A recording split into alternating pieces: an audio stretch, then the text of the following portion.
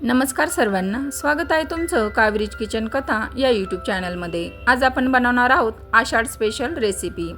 तर आजची रेसिपी आहे, आपण आज आखाड भाजणार आहोत। चला तर मग आखाड कसा भाजतात ते व्हिडिओमध्ये पाहूया। व्हिडिओ स्किप न करता शेवटपर्यंत पहा। इथे मी हिरवी मिरची, लसूण, जिरं घेतलेलं आहे। हे आपल्याला मिक्सरमध्ये बारीक करून घ्यायचं आहे। हे वाटण आता आपण बाजूला ठेवूया। इथे मी फांदाची भाजी घेतलेली आहे। ही एक रानभाजी आहे जी डोंगरावर रानात मोठ्या प्रमाणात मिळते। तुम्ही याऐवजी कुठली पालेभाजी घेऊ शकता, जसे की कोथिंबीर, पालक, मेथी। याऐवजी तुम्ही इथे या पालेभाज्यांचा वापर करू शकता। इथे मी ही फांदाची भाजी घेतलेली आहे। ही भाजी आपल्याला छान स्वच्छ धुवून निवडून घ्यायची आहे आणि बारीक अशी चिरून घ्यायची आहे।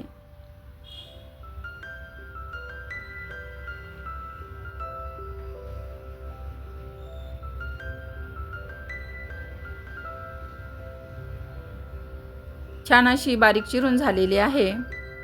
आता बाकीची देखील आपण भाजी चिरून घेऊया। भाजी चिरून झालेली आहे। आता इथे मी 2 मोठ्या वाट्या ज्वारीचं पीठ घेतलेलं आहे। ज्वारीचं पीठ आपण चाळून घेऊया। आपलं ज्वारीचं पीठ चाळून झालेलं आहे। आता यामध्ये आपल्याला छोटी वाटी भरून एक गव्हाचं पीठ घालायचं आहे आणि त्याच वाटीने बेसन पीठ देखील घालायचं आहे। तुमच्याकडे घरात जे उपलब्ध पीठे असतील त्याचा तुम्ही इथे वापर करू शकता। हातावर 1 चमचा ओवा घ्यायचा आहे आणि तो चोळून पिठामध्ये घालायचा आहे। आता यामध्ये आपण रंग येण्यासाठी थोडीशी लाल मिरची आणि थोडीशी हळद घालून घेणार आहोत, जेणेकरून पदार्थ छान दिसेल। हिरवी मिरची, लसूण, जिरं यांचं वाटण आपण इथे घालून घ्यायचं आहे।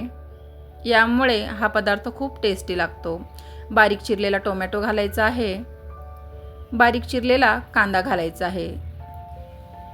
तुम्ही इथे दुधी भोपळ्याचा देखील वापर करू शकता किंवा तुम्हाला ज्या भाज्या आवडत असेल त्या इथे तुम्ही घालू शकता।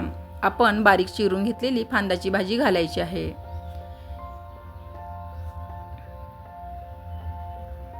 चवीपुरतं मीठ घालून घ्यायचं आहे।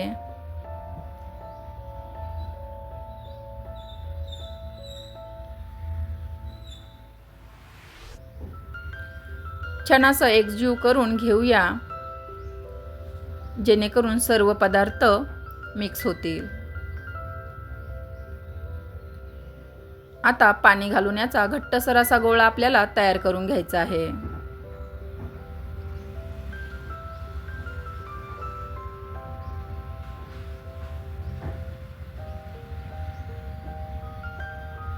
छान असा आपला घट्टसर गोळा देखील तयार करून झालेला आहे, तुम्ही पाहू शकता। आता हे 10 ते 15 मिनिटे आपण असंच झाकून ठेवूया आणि मग रेसिपीला सुरुवात करूया। 10 ते 15 मिनिटे झालेली आहे। इथे मी एक ओलं कापड करून घेतलेलं आहे। ते पोळपाटावर ठेवायचं आहे आणि कापडाला अजून पाणी लावून घ्यायचं आहे। एक छोटासा गोळा घ्यायचा आहे। तुमच्या लक्षातच असेल की ही रेसिपी काय आहे। याला थालीपीठ देखील म्हटले जाते किंवा धापाटे देखील म्हटले जाते। आमच्याकडे धापाटे करून आखाड भाजला जातो।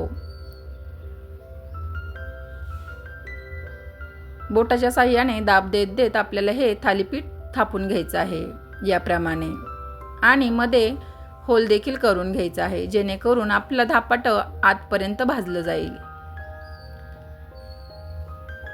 तवा गरम झालेला आहे। आता यावर आपण आपले धापाटे घालून घेऊया। कडेने तेल सोडून घ्यायचं आहे। मध्ये होलमध्ये देखील एक एक थेंब घालून घ्यायचा आहे।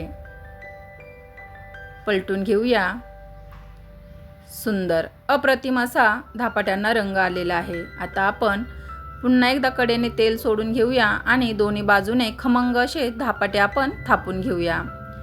ह्या रेसिपीला गावाकडे आपण आखाड भाजला असं म्हटले जातं। चविष्ट अशी आणि पौष्टिक अशी आपली ही रेसिपी तयार आहे। ही रेसिपी तुम्हाला कशी वाटली कमेंट करून नक्की सांगा। धन्यवाद।